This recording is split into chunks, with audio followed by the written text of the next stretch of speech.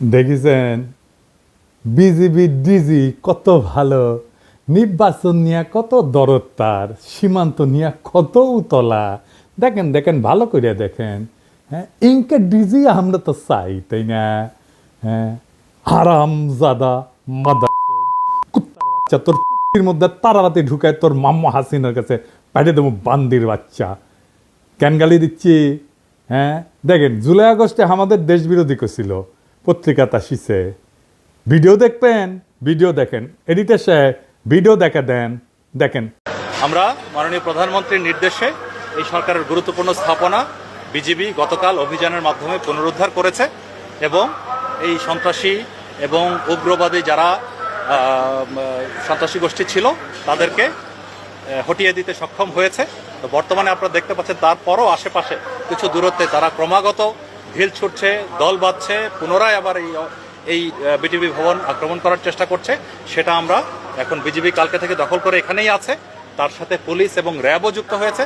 তো সব মিলিয়ে এই জায়গার এই স্থানের কোনো ধরনের জন্য আর অসুবিধা না হয় সেজন্য আমরা বদ্ধপরিকর। দেখেছেন এই ব্যাংচত্রে প্রফেসর ইউনূস এখনো বিজিবি ডিজি করে রেখে দিচ্ছে। কেন দিছে জানেন? উই তো আর্মির ধন বড়, এতই বড় যে নিজের নিজেই মারবার পারে, আর কাউরে লাগে না। পুলিশের আইজি যদি বদলানো যায় তাহলে বিজেপি ডিজি কেন থাকবি? ওই ইলেকশন করবি, ওই অন্তর্ঘাত করবি, ও প্রধানমন্ত্রী কাটাল রানীর নির্দেশনায় করবি। এডিটর সাহেব দেন জাউরা সিল মেরে দেন, আরেটা দেন আরেটা মারেন। আর সামনে থাকলে চালা মুখ ফাটে দিলাম নি, একেবারে নাক মুখ ফাটে দিলাম নি। হারাম জাদা এ জাউরা শোন। দাঁড়ান এডিটর সাহেব, ও বাম্বু দেওয়া এখনো শেষ হয়নি, স্ক্রিনে রাখেন। দেখে দেখে গালি না দিলে জোশ আসে না শৈলে। এই এখন কবু অর্ডার দিছে তাই করেছি, তাই না? তোর অর্ডারের মধ্যে কি লিখে দিয়েছিল দেশবিরোধী ষড়যন্ত্র? ওটা কছু তো নিজের কুরকুরে নিত কছু তো। হাসিনা না পড়লে যে মুটা আজিজের মতো বিজিবি থেকে আর্মি চিফ জান বেনে দেয়, সেই জন্য কইছিল। কর্নেল রেদওয়ান ছিল না বিজিবি থেকে, সাবমেশিন গান দিয়ে গুলি করেছিল ছাত্র জনতার উপরে, সেটা তো ওর কমান্ডেই হয়েছে। উক্কান ৫ লাথি দিয়ে আর্মি ফেরত পাঠানো হয় নাই। 11 মাসের বেশি হয়েছে, প্রায় 1 বছর হয়ে গেছে। তো ইমরুজ স্যার, আপনার যদি সব উপদেষ্টাদের কয়া দেওয়া লাগে কি করা লাগবে, তাহলে কেমনে হবে? ও বাল রাখিছেন কেন? ওটি ও বিজেপি থেকে না সরাইলে ওর গোষ্ঠী শুদ্ধ তাল গাছে তুলমু আমি, কয়া দিলাম। পরে আবার কয়েন না আমি ওয়ার্নিং দেই নাই। যাই হোক, গরম দিয়া শুরু করে এখন এনা নরমে আসি, একাডেমিক আলাপে আসি। এনা সুশীল সাজি, সুশীল না হইলে তো আপনারা আবার দাম দেন না। হ্যাঁ সাজমু, হ্যাঁ দিছে, পারমিশন দিছে। সবাই আসেন আজকাল আলাপে, আমাদের সুশীলদের রাষ্ট্র বুঝা নিয়ে আসেন, আমরা একটা আলাপ করি। হ্যাঁ, আল্লাহর নামে শুরু করি। বাংলাদেশে এক অদ্ভুত ব্যবস্থা, সবাই কোশিশ করেছে প্রাইম মিনিস্টারের ক্ষমতা কেমনে কমানো যায়। বিএনপি কইছে ব্যক্তি কিংবা প্রতিষ্ঠানকে অধিক ক্ষমতা দিলে যেমন ফাঁসিবাদ কায়েম হয়, তেমনি নির্বাচিত সরকার এবং সংসদকে ক্ষমতাহীন করলে রাষ্ট্র দুর্বল, ভঙ্গুর, অকার্যকর হয়। অতি মূল্যবান কথা কইছেন। কিন্তু আমি মাঝে মাঝে ভাবি কি জানেন, এই লোকগুলি একদিন ধরে রাজনীতি করেছে, আর কিছু করেন না, কিন্তু খালি রাজনীতি। এটা আর্গুমেন্ট তৈরি করতে পারে না। অনেকে কইবেন মির্জা ফখরুলকে আনার চাইতে কম বুঝে, বিএনপির এত নেতা কি কম বুঝে? আপনি সব বুঝে বসে আছেন, সব জানতা, আপনার চাইতে কি তাদের বুদ্ধি কম? সি আমার চেয়ে বুদ্ধি কেন কম হবে? ওনাদের বুদ্ধি বেশি, নলেজ বড় বড় বড় নলেজ। হ্যাঁ হ্যাঁ, জানেন না নলেজের বড় গল্প জানেন না? আচ্ছা শোনেন, হ্যাঁ, এটা শফিক রেহমান ভাই ওর জায়দা দিনে লিখেছিলেন। আসেন এবার বড় নলেজের গল্প শুনি। তো ঘটক গেছে মাইয়ার বাপের কাছে বিয়ার পয়গাম নিয়া। হ্যাঁ, তো বিয়ার কথা শুনে আমার ক্ষুদ্র ভ্রাতারা উৎসুক হয়ে উঠছে, কি না যিনি কয়। তো ঘটক কইছে পোলা ভালো, বংশও ভালো, চাকরি করে, দেখতে শুনতে ভালো, রুচিবান, শিক্ষিত। হ্যাঁ, তো মায়ের বাপ বলে সবই তো বুঝলাম, তো পোলার নলেজ কেঙ্কা? তো ঘটক একটু লাজুক মুখে কয় যে নলেজ বড়ই আছে, গোসল করার সময় টাইমে দেখেছি আমি, তাই উনাদের নলেজ বড় আছে, এত বড় নলেজ, কিন্তু আক্কেল কম। আমি যদি বিএনপি করলামই নি, তাহলে কইতাম বাংলাদেশ রাষ্ট্রে কার ক্ষমতা বেশি? রাষ্ট্রপতির? রাষ্ট্রপতির না, প্রাইম মিনিস্টারের? তাও না। তাহলে কার বেশি বুঝে ওরা, কার বেশি ক্ষমতা? বুঝে না। বাংলাদেশের সংবিধান অনুযায়ী আদালত, আইন, জুডিশিয়ারি হলো রাষ্ট্রের সবচেয়ে শক্তিশালী প্রতিষ্ঠান। এমনকি সংসদ জনগণের প্রতিনিধিত্বকারী সংস্থার চেয়ে বেশি ক্ষমতা দেওয়া হয়েছে এদেরকে। প্রাইম মিনিস্টারের ক্ষমতা কমানোর চেষ্টা করিচ্ছেন কে? উনি আদালতকে রেখে দিয়া, এটারে কয় বিভ্রম। হাসিনা জুডিশিয়ারির শক্তিরে খায়া ফেলেছিল, কিন্তু জুডিশিয়ারি যে সবচেয়ে ক্ষমতাবান, এটাই হইল বাংলাদেশের বিচার ব্যবস্থা, শাসন কাঠামো, রাষ্ট্রের সবচেয়ে বিপজ্জনক সংকট। আপনি পিএম রাষ্ট্রপতিরে সরাইতে পারেন, চৌধুরীকে সরাইল না খালেদা জিয়ার সংসদ। পিএমকে তো জিতে আসতে হয় সংসদে, ভোট কারচুপি কন, দামি কন, নৈশ কন, যাই হোক, একটা ভোট তো করে দেখাইতে হয় যে বইছে ভোট, তাই না? পাবলিকের কাছে যাইতে হয় তো, 5 বছর পরে ক্ষমতা ছাড়তে হয় তো, অন্তত নিয়ম আছে কাগজে কলম হইলেও। কিন্তু আপনি তো বিচারপতি অপসারণ করতে পারবেন না। পারবেন না তা না, পারবেন, কিন্তু সেটা সুপ্রিম জুডিশিয়াল কাউন্সিলের মাধ্যমে। মানে বুঝেছেন তো, 3 জন বিচারপতি দিয়া সুপ্রিম জুডিশিয়াল কাউন্সিল, আমরা আর মামুরা, ওরা যদি মনে করে বিচারপতি ভুল করেছে তাইলে শাস্তি হবে, আর যদি মনে করে বিচারপতির চরিত্র ফুলের মতো পবিত্র তাইলে কিছু হবে না। হ্যাঁ, বিষয়টা না বুঝে দেখি, কারণ এটা গুরুত্বপূর্ণ। তো বিচারপতি বাংলাদেশে অপারেশনের একটা ব্যবস্থা আছে, নাম হচ্ছে সুপ্রিম জুডিশিয়াল কাউন্সিল। দেখে মনে হয় খুবই গুরুতর, ভারসাম্যপূর্ণ একটা প্রক্রিয়া। হ্যাঁ, কিন্তু এটা খেয়াল করেন, এই সুপ্রিম জুডিশিয়াল কাউন্সিল কাদের নিয়ে তৈরি? প্রধান বিচারপতি আরো 2 বিচারপতি, মানে বিচারকের বিচার করবে বিচারকই, বন্ধু বিচার করবে বন্ধুর। যেন ধরা পড়া চোরের বিচার করতেছে চোরের মামা। এটা কি আপনি ন্যায় বিচার বলবেন? এই যে তত্ত্বাবধায়ক সরকারের আইন ছিল না, এটা কিন্তু সংসদ বানাইছিল, জনগণের প্রতিনিধিরা বানাইছিল, সেটা আদালত বাতিল করে দিল। তার মানে জনগণের প্রতিনিধি আইন বানাবে, সেটা চাইলে অনির্বাচিত আদালত বাতিল করে দিতে পারবে, যে আদালত কোথাও কারো কাছে জবাবদিহি করে না। তো এখন আপনি প্রশ্ন তুলতে পারেন, আপনি তো কম দাদা যে জুডিশিয়ারি, আইন এবং নির্বাহী, এটার একটা ব্যালেন্স থাকতে হবে কন্যা, একজনকে সেকেন্ড ব্যালেন্স করতে হবে কন্যা। তো তাহলে জুডিশিয়ারি যদি এটা নাই পারে, তাহলে ব্যালেন্স থাকবে কিভাবে? গুরুতর প্রশ্ন। আসেন আর একটু বুঝে দেখি। তত্ত্বাবধায়ক সরকার আইনটা সংসদ পাশ করেছিল, মানে জনগণের প্রতিনিধিরা এটা আইন করেছে, কিন্তু আদালত সেটাকে বেআইনি ঘোষণা করে বাতিল করে দিল। এই প্রক্রিয়া আদালত নিজেই হয়ে ওঠে সর্বোচ্চ ক্ষমতাধর, অথচ সে আদালত সরাসরি জনগণের কাছে জবাবদিহি করে না। এখানে একটা গণতান্ত্রিক দ্বন্দ্ব সৃষ্টি হয়, সংসদ বনাম আদালত, কার হাতে তাহলে চূড়ান্ত কর্তৃত্ব? এতে গুরুত্বপূর্ণ একটা রাষ্ট্রীয় প্রশ্ন, দার্শনিক প্রশ্ন, রাষ্ট্রনৈতিক প্রশ্ন। ধরেন ইসলামে, এটা একটু বোঝার জন্য যে আসলে কার হাতে চূড়ান্ত ক্ষমতা, এটা বোঝার জন্য আমি একটু ইসলামী ধারণার একটা ব্যাখ্যা নিয়ে আসি। ধরেন ইসলামে আপনি আল্লাহ তাআলার কোনো শরীক কল্পনা করতে পারবেন না, আল্লাহ ছাড়া কোনো উপাস্য নাই, লা ইলাহা ইল্লাল্লাহু মুহাম্মাদুর রাসূলুল্লাহ, হযরত মুহাম্মদ সাল্লাল্লাহু আলাইহি ওয়াসাল্লাম তার প্রেরিত নবী, আল্লাহর কোনো শরীক নাই এবং হযরত মুহাম্মদ উনার প্রেরিত নবী। এই ফান্ডামেন্টালটা না মানলে আপনি মুসলমান না। আপনাকে ইসলামের দরজা অতিক্রম করার সময় এই কলেমা উচ্চারণ করতে হবে। ঠিক সেইভাবে রাষ্ট্রের বেসিক ধারণা হচ্ছে জনগণ রাষ্ট্রের মালিক, এইটা আগে আপনাকে বুঝতে হবে। তার ক্ষমতা সার্বভৌম, গণ অভিপ্রায়, জনগণের আকাঙ্ক্ষা, এটা সর্বোচ্চ আইন। গণতন্ত্রে আইন বানানোর অধিকার কেবলমাত্র নির্বাচিত প্রতিনিধিদের। আইন প্রণয়নের সাংবিধানিক ক্ষমতা সংসদের হাতে, কারণ তারা জনগণের সরাসরি ভোটে নির্বাচিত, তারাই জনগণকে প্রতিনিধিত্ব করে, তারাই জনগণের ভয়েস। আর বিচার বিভাগ নির্বাচন প্রক্রিয়া অংশগ্রহণ করে না, তাই তারা প্রতিনিধিত্বশীল না। অপ্রতিনিধিত্বশীল আদালত কি প্রতিনিধিত্বশীল সংসদের সিদ্ধান্ত বাতিল করতে পারে? এটা গণতান্ত্রিক অসাম্য তৈরি করে। আদালতের এই ক্ষমতা মানে আইনসভা বা সংসদের আইনকে চ্যালেঞ্জ করার অধিকার সাংবিধানিক হইলেও সেটার একটা সীমা আছে। আদালতের কাজ হইল আইন সংবিধান বিরোধী কিনা সেটা যাচাই করা, এটাকে বলা হয় জুডিশিয়াল রিভিউ। কিন্তু আদালত সংবিধান নিজেই ব্যাখ্যা দিয়া এমনভাবে পরিবর্তন করতে থাকে যেটা জনগণের ইচ্ছা অভিপ্রায়ের বিরুদ্ধে যায়।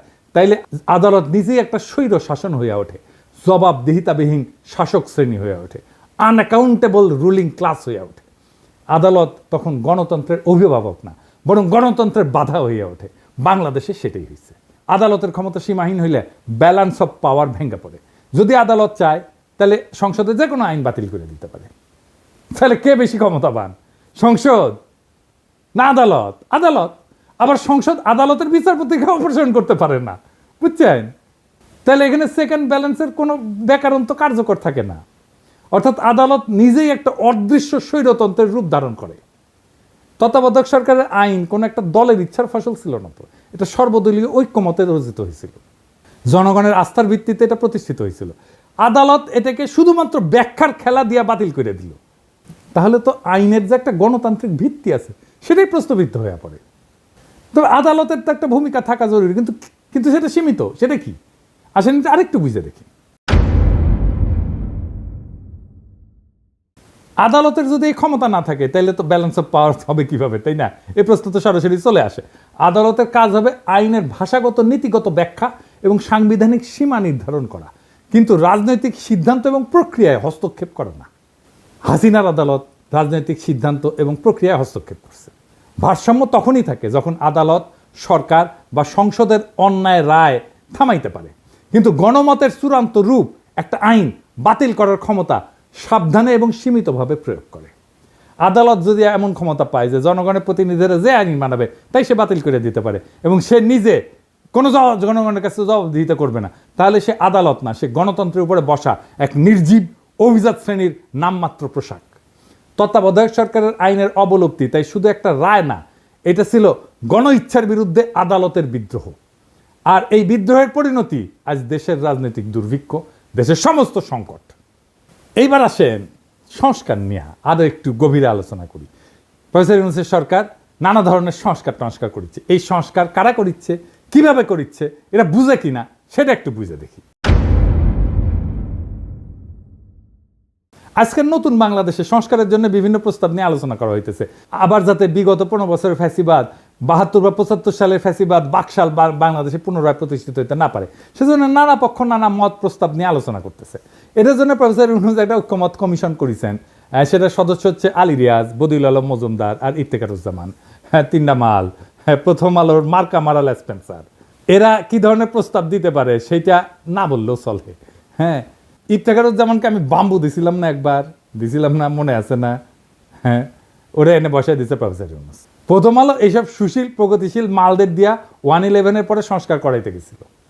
তখনকার ভারতের দালাল মঈনুদ্দিন ফখরুদ্দিন সরকার একই সুশীল প্রগতিশীলদের টোটকা প্রস্তাব দিয়া অধ্যাদেশ জারি কইরা বিভিন্ন সংস্কার করছিল, যার প্রত্যক্ষ পরিণতি হচ্ছে হাসিনার ফ্যাসিবাদ।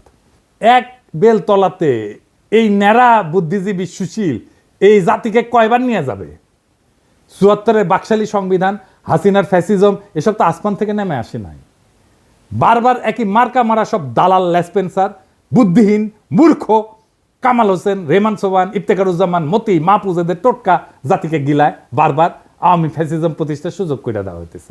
এবারও সে একই চক্রান্ত হইতেছে, আর জাতি সে সমস্ত খেয়াল না করে বসে বসে আঙুল চুষিচ্ছে। আলী রিয়াজের আক্কেল জ্ঞানের নমুনা দেখেন। সংবিধান সংস্কার কমিটির রিপোর্ট ড্রাফট করার সময় সে কাদের পরামর্শ সে নিচে সেটা রিপোর্টের শেষে তালিকা করে লিখে দিছে। দেখেন কারা কারা আছে সেখানে। মাহফুজা নাম, শাহিনা নাম, জানেন তো মাহফুজা নামের বউ, মানে মাহফুজা নামের বুদ্ধিতে শুধু চলবে না, তার বউয়ের বুদ্ধিও লাগবে। এই মাহফুজা নাম হাসিনার সামরিক মারণাস্ত্রে গুলি চালায় ছাত্রজনকে হত্যা করার নির্দেশ দেওয়ার পরে সেটার পক্ষে বয়ান লিখে এডিটোরিয়াল পাবলিশ করেছিল, যাতে সরকার কঠোর হস্তে এই আন্দোলন দমন করে। বিপ্লবের শহীদদের রক্তের সাথে বিশ্বাসঘাতকতা কইরা এরকম একটা জানোয়ারের বাচ্চার পরামর্শ নেওয়া লাগছে নতুন বাংলাদেশের সংবিধান কিরকম হবে সেটা ঠিক করার জন্য। বুঝেন তাইলে? আরো আছে প্রথম আলোর মতি, খুশি কবি, সবচেয়ে বড় আওয়ামী লেসপেন্সার রেহমান সোবহান, মইনুল ইসলাম। হে খোদা, আমারে উঠায় নাও, নয়তো দড়ি ফেলাও, বায়ে উঠা যায়। এর চেয়ে আওয়ামী লীগকে বলা হোক একটা সংবিধান ড্রাফট করে দিতে। হুদাহিতে সংস্কারের বালসাল নাটক কইরা মানুষকে বোকা বানানোর দরকার কি? আর শহীদের রক্তের সাথে প্রহসন করার দরকার কি? রেহমান সোবহান, মাহফুজা নাম, খুশি কবির, মতিউর রহমান, মইনুল ইসলাম এরাই যদি নতুন বাংলাদেশের কারিগর হয়, তাহলে অমি পিয়াল, নিজুম মজুমদার, মুনতাসির মামুন, শাহরিয়ার কবির, এম আকাশ, রামেন্দ্র মজুমদার, পীযূষ বন্দ্যোপাধ্যায়, সুবর্ণা মোস্তফা এরা কি দোষ করলো? এডিটার সাহেব খারান, সুবর্ণা মোস্তফা ছবিটা না রাখেন। এটা ইয়াং কালের ছবি দেন, ইয়াং কালের। এবার আছে। হ্যাঁ, তো আলী রিয়াজ, সুবর্ণা মোস্তফা তো আপনার যৌবনকালের ক্র্যাশ হওয়ার কথা ছিল, তাই না? আমরা মেনে নিলাম, ওক দেখলেনি। এরা কি দোষ করলো? এদেরকে এই কমিটি থেকে বাদ দেওয়ার দরকার কি? ওদেরকেও ঢুকাক, সুবর্ণা মোস্তফা আগে ঢুকাক, আমি পারমিশন দিলাম, দেখি কে কি করে। কার এত বড় সাহস সুবর্ণা মোস্তফা ঢুকেছে, আলী রিয়াজ সেটাকে বাগড়া দেয়, আমি যে দাঁড়ামু, ওইটি লাঠি নিয়ে দাঁড়ামু। এই প্রথম আলোর সাজানো সংস্কার কমিটির নাটক, এই রিপোর্টে ঢুকায় দেওয়া হবে। এই রিপোর্টে বিভিন্ন ভংসং প্রস্তাব দেওয়া হয়েছে যাতে দেশে আর কখনো বাকশাল ফ্যাসিজম কায়েম না হয়। আইনস্টাইনের একটা উক্তি আছে যে insanity is doing the same thing over and over again and expecting different results. ইংরেজি যেহেতু কইছে ঠিকই কইছে, তাই না? আসলে ঠিক কথা কইছে। একই কাজ বারবার করে ভিন্ন ফলের আশা করাটা এক ধরনের ছাগলাম। বাংলাদেশের অবস্থা দেখে এই কথাই মনে হয়। একই কবিরাজের দেওয়ার টোটকা জাতিকে বারবার গিলাইতেছে, বারবার আওয়ামী লীগ আর ফ্যাসিবাদের ফিরে আনা হইতেছে। রেমান সোবান পাকিস্তান আমল থেকে গাজাঘড়ি বয়ান আর টোটকা দিয়ে জাতিকে ধ্বংস করিচ্ছে। উই কলে পিএইচডিও করতে পারে নাই, কেমব্রিজে গেছিল, এমএ কইরা ফিরে আসিছে। হ্যাঁ, তা হ্যাডেমে কুলায় নাই। তাও এই হারামজাদার প্রতি সুশীলদের পীড়িতের ঘাটতির কোনো কমতি নাই। পয়সার বন্ধু মানুষ এই আরামজাদা রেহমান সোবান ছিল ইন্ডিয়াকে ট্রানজিট দেওয়ার ব্যাপারে 1 নাম্বার উকিল। এই রেহমান সোবান কইছিল ট্রানজিট নিয়ে যে বিতর্ক সেটা অশিক্ষিত বিতর্ক। এই হারামজাদা তুই শিক্ষিত, তুই পড়াশোনা করছিস কতটুকু? শালা পিএইচডি তো করতে পারিস নাই, এমএ করে ফিরে আসিস সরকারি স্কলারশিপে যায়, বেশি বেশি বাতেলা জানিস, তারপরে এদের ঘুষ হয় না। আজকাল বেশি মুখ খারাপ করলাম না, নাকি করে ফেলছি অলরেডি বেশি জানি না, বুঝছাও, মানে অভ্যাস হয়ে গেছে তো আমার মুখই খারাপ। আজকে আবার একটু আলোচনা করব বাংলাদেশে কেন বারবার আওয়ামী ফ্যাসিবাদের উত্থান ঘটে। আসেন এটা আরেকবার একটু বুঝে দেখি। আগের এপিসোডে আলাপ করেছিলাম, আরেকবার একটু বুঝে দেখি। একটা রাষ্ট্রের 3টা অঙ্গ থাকে, একটা এক্সিকিউটিভ, লেজিসলেটিভ আর জুডিশিয়ারি। এই 3টা অঙ্গের সমন্বয়ে একটা রাষ্ট্র গড়ে ওঠে। এই লেজিসলেটিভ বা আইনসভা দেশে কি আইন হবে সেটা নির্ধারণ করে।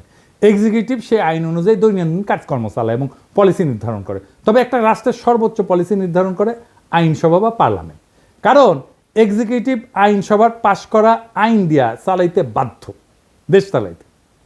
এক্সিকিউটিভ কখনোই নিজে আইন বানাইতে পারে না, এমনকি কোনো সভ্য দেশে আদালত বা জুডিশিয়ারিও আইন বানাইতে পারে না, বা পারার কথা না। আদালতের বিচারকেরা যদি নিজেরাই আইন বানায় সেটাকে রাষ্ট্রবিজ্ঞানের ভাষায় বলা হয় জুডিশিয়াল অ্যাক্টিভিজম। এই জুডিশিয়ারি কাজ হইতেছে এক্সিকিউটিভ যাতে নিজের এখতিয়ার বা জুরিসডিকশনের অতিক্রম করিয়া অর্ডার জারি করতে না পারে সেটা দেখা। এর সাথে দেশে আইনসভা দিয়ে পাশ করা আইনের উপরে ভিত্তি করে বিভিন্ন কেসে সেই আইন অনুযায়ী রুলিং দেওয়া, আর দেশের সেই আইন অনুযায়ী ফৌজদারি এবং দেওয়ানি বিভিন্ন মামলার কার্যক্রম পরিচালিত করা, এটাই হইতেছে জুডিশিয়ারির কাজ।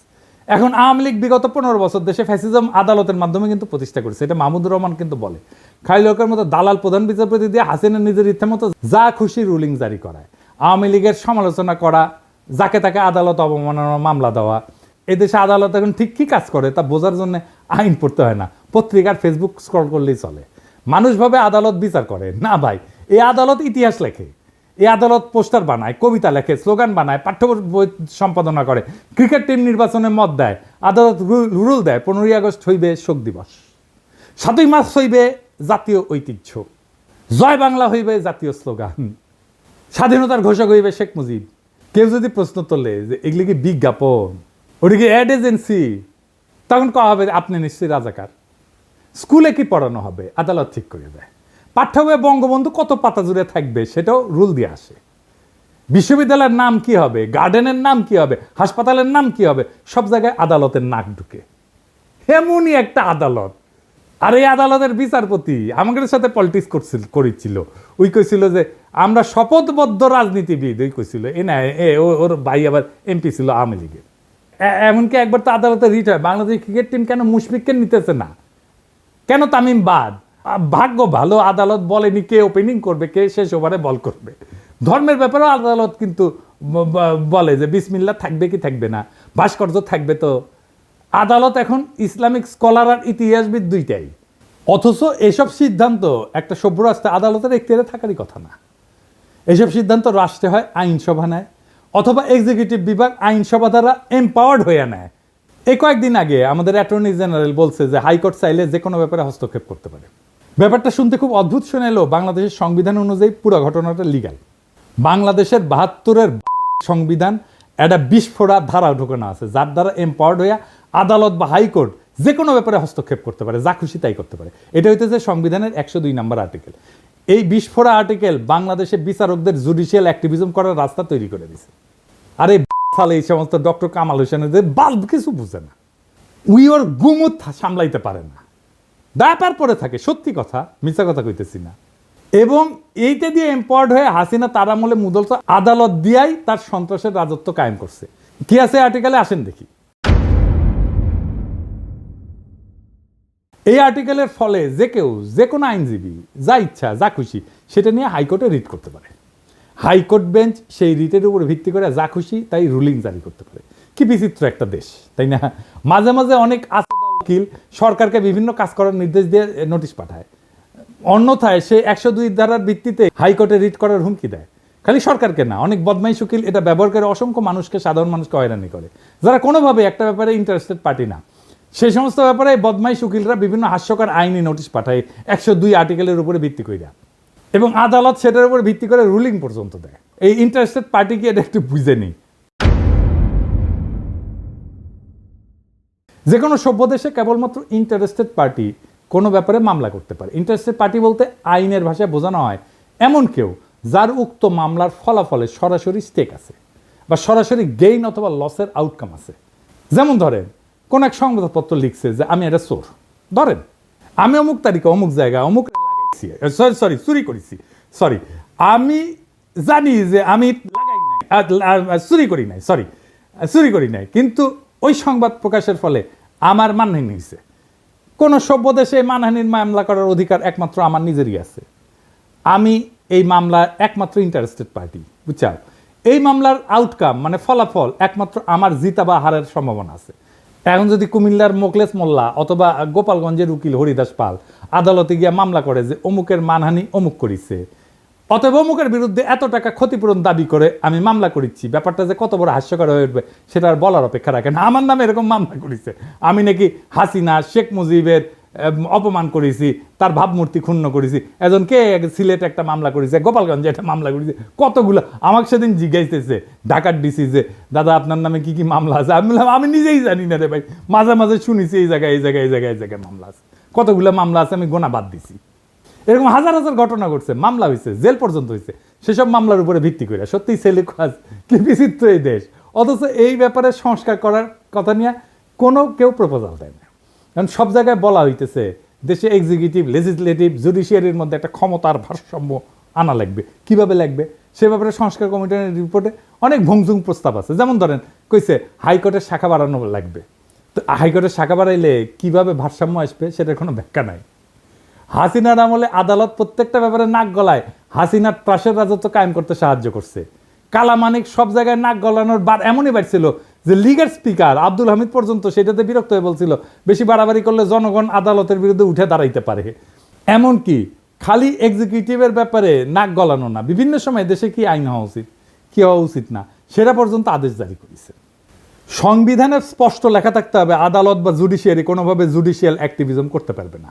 তারা কেবলমাত্র দেশে বিদ্যমান আইনের উপর ভিত্তি করে রায় দিতে পারবে। জনগণের যদি কোনো আইন পছন্দ না হয় অথবা কোনো আইন বানানোর ইচ্ছা হয়, তাদেরকে তাদের এমপির সাথে কথা বলে সেই বিল সংসদে আনার ব্যবস্থা করতে হবে। সংসদ সদস্যদের মূল কাজ এলাকার উন্নয়ন করা না। এরা যে বলবে আমি আপনার এলাকার উন্নয়ন করে দেবো, এটা তার কাজ না, এটা কাজ পৌরসভার। পৌরসভার কাজ এমপিরে দিয়ে করায় না, তাদের মূল কাজ আইনসভার বিভিন্ন আইন নিয়ে আলোচনা করে ভোটাভুটি করে আইন বানানো। এই সাধারণ তথ্যটা দেশের অধিকাংশ মানুষ জানে না। আর একটা হাস্যকর অভ্যাস এই জাতির কাছে আছে, কিছু হলে সব কিছুতে আদালতে যায় মামলা করে দেয়। যেমন বিপ্লবের পরে আওয়ামী লীগকে নিষিদ্ধ করা লাগবে, এটা নিয়েও আদালতে মামলা করতে গেছিল পোলাপাই, আদালতে রিট করে। অথচ একটা রাষ্ট্রে এই সিদ্ধান্ত নেওয়ার অধিকার সেই রাষ্ট্রের আইনসভার, যারা ওই দলকে নিষিদ্ধ করে আইন করতে পারে অথবা সংবিধানে ওই দলকে নিষিদ্ধ করে দিতে পারে। যেমন জার্মানিতে নাজি পার্টি, ওদের আইনসভায় পাশ হওয়া নাজিদের নিয়ে করা স্পেসিফিক আইন দিয়ে নিষিদ্ধ। ইতালিতে ফ্যাসিস্ট পার্টি একদম সাংবিধানিকভাবে উল্লেখ করে নিষিদ্ধ করা হয়েছে। এইখানে আদালতে গিয়া মামলা কইরা তাদেরকে টেনে আনা এই আশায় যে তারা রায় দিবে অমুক দল নিষিদ্ধ, এটা চূড়ান্ত নির্বুদ্ধিতা। কোনো আদালত দেশের আইনসভার বা এক্সিকিউটিভের কাজ করতে পারে না। আজব চিন্তা ভাবনা সবার। এটা গেল জুডিশিয়ারির ব্যাপারে কথা। এখন আসি এক্সিকিউটিভ আর লেজিসলেটিভ মানে আইনসভার মধ্যে ব্যালেন্স অফ পাওয়ার নিয়ে। বাংলাদেশে বারবার ফ্যাসিজম তৈরি হয় কারণ দেশের সংবিধানে পার্লামেন্টারি শাসন ব্যবস্থা। এখানে আইনসভার নিয়ন্ত্রণে যেই মানুষ আর পার্টি, সে একই মানুষ আর পার্টি নির্বাচনের মাধ্যমে একবার দেশের এক্সিকিউটিভ ব্যবস্থার কর্ণধারার সর্বেসর্বা হয়ে ওঠে। যদি এক্সিকিউটিভ আর লেজিসলেটিভ, নির্বাহী এবং আইন একই মানুষের অধীনে থাকে তাহলে এটি ফ্যাসিজম। এই পার্লামেন্টারি ব্যবস্থা পৃথিবীর যে সমস্ত দেশে অ্যাপ্লাই করা হয়েছে সেখানে অসংখ্যবার ভয়ঙ্কর রকমেরভাবে ব্যাকফায়ার করছে। কোথায় কোথায় করছে শুনবেন? ইউরোপেই এটা ডিজাস্টার করছে। প্রথম বিশ্বযুদ্ধের পর যখন ইউরোপে বিভিন্ন দেশে এই যে রাজতন্ত্রের পতন হয়, রিপাবলিক হয়। যেখানেই এই ব্যবস্থা সংবিধানে ঢুকানো হয়েছে সেখানেই ভয়ঙ্করভাবে ফ্যাসিজমের উত্থান হয়েছে। আমি একটা আলোচনায় করছিলাম, পার্লামেন্টারি ব্যবস্থা সেখানেই কাজ করে যেখানে একজন রাজা আছে, কিং আছে। জার্মানি, ইতালি, স্পেন সব জায়গায় পার্লামেন্টারি ব্যবস্থা ডিজাস্টার হয়েছে। দ্বিতীয় বিশ্বযুদ্ধে বেদম মার খাওয়ার পরে এরা শান্ত আছে, তাও আমেরিকান সৈন্য গ্যারিসন থাকার কারণে। তৎকালীন ইস্টার্ন ইউরোপেও এই পার্লামেন্টারি ব্যবস্থা হাঙ্গেরি, রোমানিয়ার ডিজাস্টার করছে। ফ্রান্সে যতদিন পার্লামেন্টারি ব্যবস্থা ছিল ততদিন ফ্রান্সে ততই বছর অবস্থা ছিল, টালমাটাল অবস্থা ছিল। ফ্রান্সের থার্ড রিপাবলিক মানে 1870 থেকে 1940 পর্যন্ত, এই 70 বছরে কয়বার সরকার বদল হয়েছে জানেন? শুনবেন, 101 বার। গড়ে 8 মাসে একটা নতুন সরকার আসতো। এরপর ফ্রান্সের চতুর্থ রিপাবলিক 1946 থেকে 1958, এই 12 বছরে কয়টা সরকার আসছে জানেন? 21টা সরকার আসছে। এই অরাজকতার ফলে বিভিন্ন কারণে 1958 সালে চার্লস দ্য গল ফ্রান্সের নতুন সংবিধান রচনা করে এবং ফ্রান্সে প্রেসিডেন্সিয়াল সরকার ব্যবস্থা রূপান্তরিত হয়। এখন কিন্তু এটা পঞ্চম ফ্রেঞ্চ রিপাবলিক। একটা রাষ্ট্রে যদি এক্সিকিউটিভ আর আইনসভা একই নির্বাচন দিয়ে নির্বাচিত হয় তাহলে সেটা ইউরোপে যেখানে ইনস্টিটিউশন অনেক স্ট্রং সেখানেই ভয়াবহ ডিজাস্টার করে। বাংলাদেশের মতো তৃতীয় বিশ্বের দেশ তো একটা ডিজাস্টার করবেই, এটাই স্বাভাবিক। আপনারা বসে বসে চায় চায় দেখবেন আলী রিয়াজরা যে করতেছে, দেখবেন 20 বছর পরে কি হয়। তখন আলী রিয়াজ দেখেন কি বলে, এটা একদম ডিজাস্টার করবে। ওরা বেশি বুঝে এই সমস্ত গুলোকে টেনে। এরা রাষ্ট্র বোঝে না, রিপাবলিক বোঝে না, কিচ্ছু বোঝে না। আলী রিয়াজও বুঝে না, মনে করে ভাব দেখায় বুঝে, কিছুই বুঝে না। আচ্ছা দেখেন, আপনারা তো জানেন আমার তো কিছু সামান্য হইলে একটু ধারণা আছে, তাই না? আমার সাথে আলাপ করেছে, করেনি, আলাপ করবে না আমার সাথে, কারণ জানে আমার সাথে আলাপ করতে আসলে 5 মিনিট টিকবে না এগুলো। এই কারণে বাংলাদেশের নতুন সংবিধানে এক্সিকিউটিভ নির্বাচন আলাদাভাবে হইতে হবে। দেশে এক্সিকিউটিভদের প্রধান হচ্ছে রাষ্ট্রপতি। রাষ্ট্রপতি নিজেই সরাসরি জনগণের ভোটে নির্বাচিত হয়ে আসবে। রাষ্ট্রপতি নিজেই এক্সিকিউটিভ, ডে টু ডে প্রশাসন আর পলিসি নির্ধারণ করবে। এর জন্য উনি একটা ক্যাবিনেট নিয়োগ দেবে বিভিন্ন এক্সিকিউটিভ ডিপার্টমেন্ট চালানোর জন্য। সব সিদ্ধান্ত রাষ্ট্রপতি নিজেই নেবে, কোনো প্রধানমন্ত্রী থাকবে না। রাষ্ট্রপতির মেয়াদ 4 বছর বা 5 বছর হবে, কিন্তু এক্সিকিউটিভ হিসেবে রাষ্ট্রপতি কোনো আইন বানাইতে পারবে না এবং উনার সমস্ত অর্ডার সিদ্ধান্ত বিদ্যমান আইনের মধ্যে থাকতে হবে। রাষ্ট্রপতি কোনো অধ্যাদেশ জারি করে আইনসভার কাজ নিজে করতে পারবে না। রাষ্ট্রপতি খালি দেশে বিদ্যমান আইনের বাস্তবায়ন করে একটা এক্সিকিউটিভ কাজ চালাইতে পারবে। দেশে কোনো আইনের দরকার হলে, আইন বাতিল করতে হলে আইনসভার মিটিং ডাকতে হবে এবং সেখানে কেবলমাত্র আইনসভার সদস্যরা ভোট দিয়া কোনো সিদ্ধান্তে আসবে। এই সংসদের সদস্যরা সম্পূর্ণ আলাদা নির্বাচনে আলাদাভাবে জনগণের সরাসরি ভোটে নির্বাচিত হবে। দেশে যখন এক্সিকিউটিভ আর লেজিসলেটিভ মানে নির্বাহী এবং আইন এইভাবে সম্পূর্ণ সেপারেট হয়ে যাবে, তখন কেবল দেশে ফ্যাসিজমের উত্থান ঠেকানো যাবে। দেশের বাজেট আইনসভা পাশ করবে এবং পার্লামেন্ট রাষ্ট্রপতিকে যেই বাজেট দিবে, রাষ্ট্রপতি সেই বাজেট দিয়ে ওই অর্থ বছরের ব্যয়ভার বহন করবে। এখন সরকার বা এক্সিকিউটিভ চাইলে বা প্রাইম মিনিস্টার চাইলে যে কোনো মানুষের উপরে চাপাই দিতে পারে কর, কারণ এক্সিকিউটিভ আর আইনসভা একই জিনিস। তো রাষ্ট্রের 2টা বিভাগ যদি একই হয় তাহলে এটাই তো ফ্যাসিজম আর স্বৈরাচার। এই সমস্ত সুশীলদের মাথায় ঢুকিচ্ছে না, আমি এটা বুঝি না। প্রেসিডেন্সিয়াল ব্যবস্থাতে রাষ্ট্রপতি চাইলেই কর বাড়াইতে বা কমাইতে পারবে না এবং ক্ষমতা সম্পূর্ণভাবে আইনসভার উপরে ন্যস্ত থাকবে। কিন্তু প্রাইম মিনিস্টার হাসিনা পারে। আইনসভার কাজ হবে আইন নেওয়া। রাষ্ট্রপতির মেয়াদের মাঝখানে আইনসভার একটা নির্বাচন থাকা লাগবে, মিড টার্মের মতো, যাতে জনগণ তাদের মতামত প্রকাশ করতে পারে রাষ্ট্রপতির টার্মের মাঝখানে। এই জন্যেই আইনসভার একটা সদস্যের মেয়াদ হবে 2 থেকে 2.5 বছরের মতো। সংবিধানে কোনো 70 অনুচ্ছেদ থাকবে না, কারণ যেহেতু রাষ্ট্রপতি আলাদাভাবে নির্বাচিত এবং মেয়াদ নির্দিষ্ট, আইনসভায় দল বদল কইরা অথবা দলের বিপক্ষে ভোট দিয়া সরকার ফেলায় দেওয়ার কোনো প্রশ্নই আসতেছে না।